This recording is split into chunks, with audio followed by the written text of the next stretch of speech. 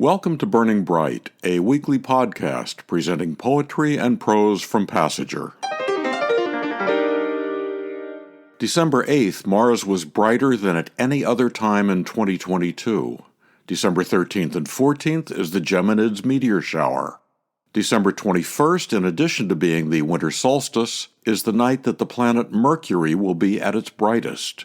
And December 17th is Wright Brothers Day, commemorating the first successful flight of a heavier-than-air object, aka the first airplane, by Orville and Wilbur Wright in Kitty Hawk, North Carolina. On this edition of Burning Bright, some pieces about flying and the sky. When Scott Ward was learning to fly, he flew over Tuskegee, Alabama, where the famous Tuskegee Airmen trained during World War II. He said, "I thought what great men they were who loved their country and embraced the highest responsibilities of citizens, even though they were not accepted as full citizens." Here's Scott Ward's poem, Flying at Night. I was not licensed to fly, nor was it night, but dusk as I taxied over the threshold of the 36 runway in a little Alabama town you've never heard of, and stood on the brakes.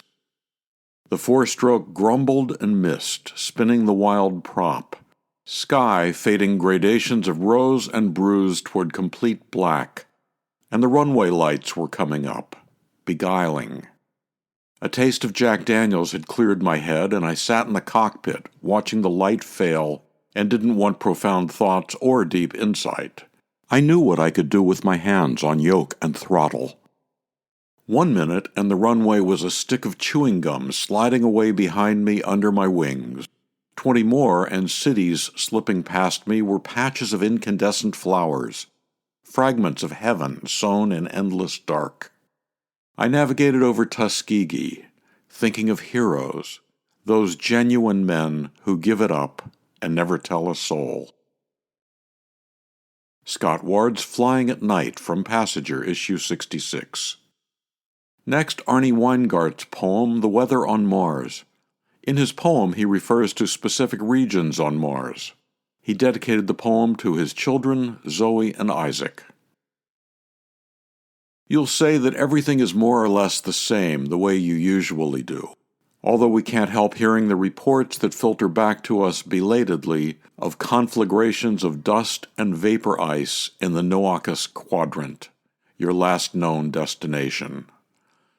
We'd guess by now you have undoubtedly moved on to Syrtis Major, or perhaps even as far as Elysium, which sounds pleasant enough from this great distance. We have no sense of scale or of the range of reds our common sun surrenders in your dawns, any of which would help us feel closer, although not close, not now, not yet. We shouldn't blame you for our failed attempts to understand sea level where there is no sea, where all the local hills shoulder Everest aside, where love is absolute and chance has consequences we could never accommodate, however much we've seen ourselves and been or hoped to be. We think we know what can be known about the way life turns toward life, but you are in a place we never would have thought it possible to be accustomed to. Some night, out on Bradbury Landing or Glen Elg, look down, through all the planetary cold, at us, as we look up at you. Arne Weingart's poem, The Weather on Mars, from Passenger, issue 59. Paula Colangelo said, "Like most of us, I'm enamored with the moon. When I heard scientists were building a fake orb to illuminate city streets, I felt it took away all romance and mystery." Here's her poem, Midnight Under the Artificial Moon, from Passenger, issue 73. It begins with this epigraph from the BBC News Online. A Chinese company has announced ambitious plans to put a fake moon into space to brighten the night sky. Lovers will not pass under its gaze, croon to its blueness, want to fly there. Nor will this hanging lamp enhance bonfires, boardwalks, or dewy lawns. No one will name it harvest, hunters, wolf, or praise the god within, Igaluk, Mamakilla, Napier. We remain fond of the waning crescent, the waxing gibbous.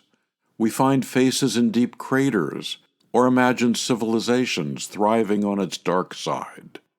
We will tire of fluorescence, glowering kitchen light. This new ball of mirrors will follow us home from work, glare into each window, reverse the nocturnal to fractured sleep. Paula Colangelo's Midnight Under the Artificial Moon. To subscribe to or learn more about Passenger and its commitment to writers over 50, go to PassegerBooks.com. You can download Burning Bright from Spotify, Apple and Google Podcasts, and various other podcast apps. For Kendra, Mary, Christine, Roseanne, and the rest of the Passenger staff, I'm John Shore.